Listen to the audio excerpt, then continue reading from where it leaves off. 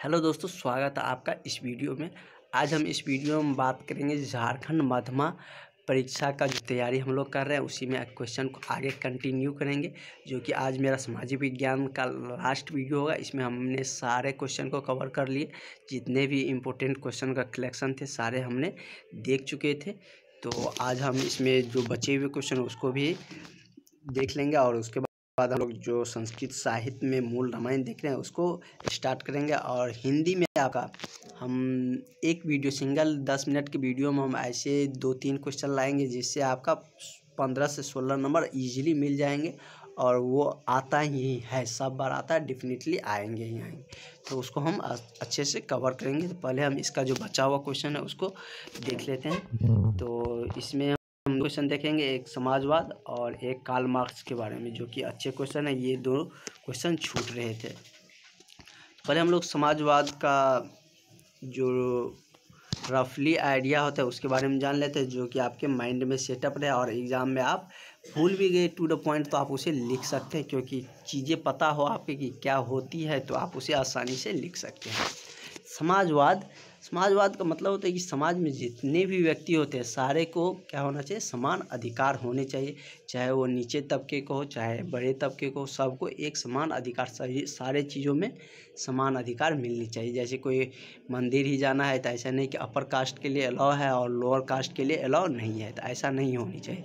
समाजवाद के अंतर्गत सारे व्यक्तियों को, चाहे किसी भी समुदाय से आते हैं, उनको क्या मिलना चाहिए, समान अधिकार मिलना चाहिए। चाहे किसी भी क्षेत्र में, चाहे वोटिंग के क्षेत्र में हो चाहे और भी कोई संस्थान के क्षेत्र में हो, तो सारे चीज़ में उनको समान अधिकार मिलना चाहिए।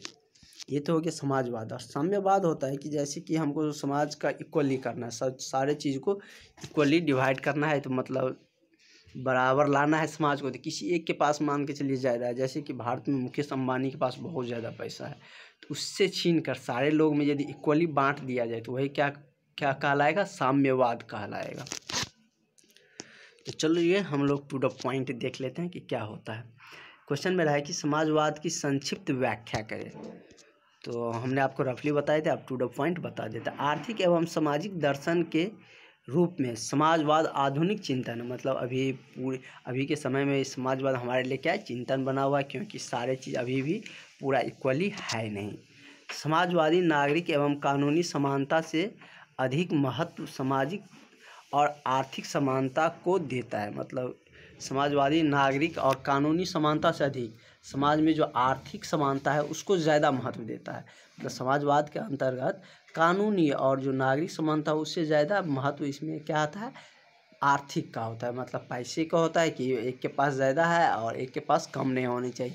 समाजवाद के अंतर सारे चीज़ क्या होना चाहिए, इक्वल होना चाहिए। जो कि रूस से मतलब प्रचलित हुआ, तो वहाँ के जब क्रांति हुई थी, फरवरी क्रांति, तो उसी समय में वहाँ से ही यानी कि प्रसारित हुआ पूरे विश्व में समाजवाद की नीतियाँ।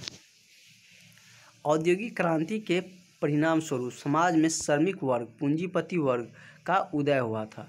औद्योगिक क्रांति के बाद ही क्या होता, समाज में श्रमिक वर्ग का, पूंजीपति वर्ग का उदय हुआ। जो उद्योग में काम करते थे वो सब श्रमिक कहलाते थे, और जिनके द्वारा लगाया जाता था वो सब क्या होते थे, पूंजीपति वर्ग होते थे।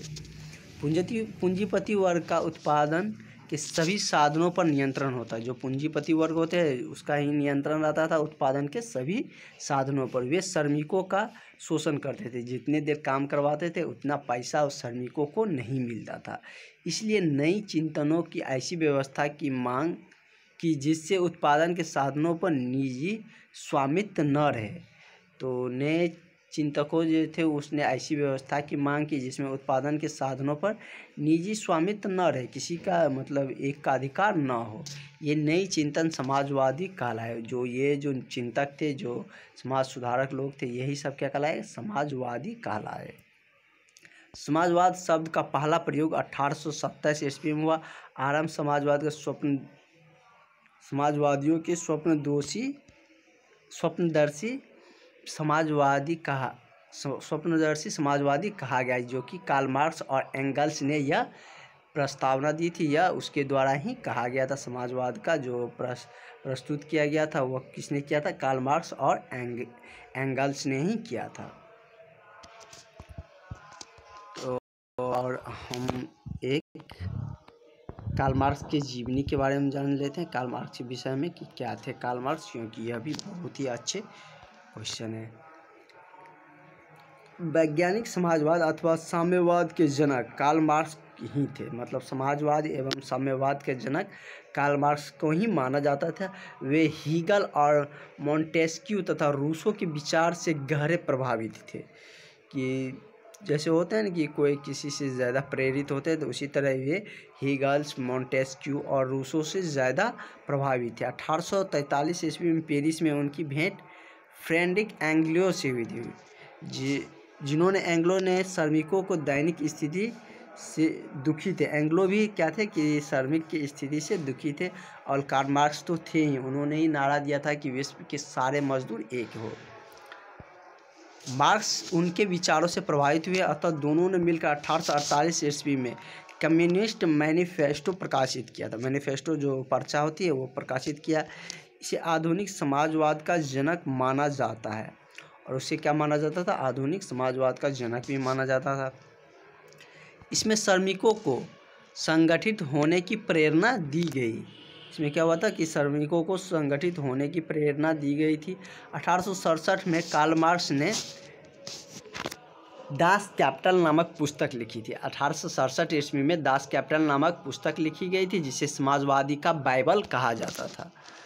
तो इसे आप नोट डाउन कर सकते हैं, क्योंकि इससे आपको एक न एक ऑब्जेक्टिव जरूर मिलेंगे कि दास कैपिटल किसे कहते हैं, किसके द्वारा लिखी गई, और दास कैपिटल कब लिखा गया। तो 1867 में कार्ल मार्क्स के द्वारा दास कैपिटल नामक पुस्तक लिखी गई थी, जिसे हम समाजवादी का बाइबल कहते हैं। इसके द्वारा उन्हें समाजवादी विचारधारा का प्रसार किया गया। इसके बाद मार्क्स ने इंग्लैंड चले गए, और मार्क्स उसके बाद कहाँ गए, इंग्लैंड गए, और अपना शेष जीवन वहीं पर व्यतीत किया। 1843 ईस्वी में उनकी मृत्यु होगी। मार्क्स के विचारों का तेज़ी से प्रसार हुआ, समाजवाद का एक सशक्त आंदोलन के रूप में प्रेरित हुआ, क्योंकि यह समाजवाद के समर्थक थे, और उनके ही द्वारा समाजवाद एवं साम्यवाद का प्रस्तावना दी गई थी। और वह मजदूरों का मसीहा भी माना जाता था कार्ल मार्क्स को, क्योंकि जब देखते थे कि मजदूरों का शोषण हो रहा है, तो उन्होंने ही नारा दिए थे कि दुनिया के जितने भी मजदूर हैं सारे एक का होके, एकजुट होके, मतलब अपने ढंग से, मतलब यानी कि सारे जो वर्कर्स है वो फैक्ट्री के विरुद्ध आवाज़ उठाए कि हमें जितने काम करते हैं उतने हमें पैसा मिले। और उसके साथ कार्ल मार्क्स जी हमेशा रहते थे। तो चलिए, हम लोग इसका क्वेश्चन सामाजिक विज्ञान का लगभग हमने पूरा कर लिए। अब हम लोग संस्कृत साहित्य और हिंदी की तरफ बढ़ेंगे, दोनों के एक साथ लेके चलेंगे, ताकि दोनों कवर हो जाए। और आपको बचे हुए दिनों में अच्छे से तैयारी करना है, ताकि आप अच्छे नंबर लाए और फर्स्ट डिवीज़न में भी आपको अच्छे मार्क आए। तो चलिए मिलते हैं नेक्स्ट वीडियो में, अभी तक के लिए इतना ही। Thank you.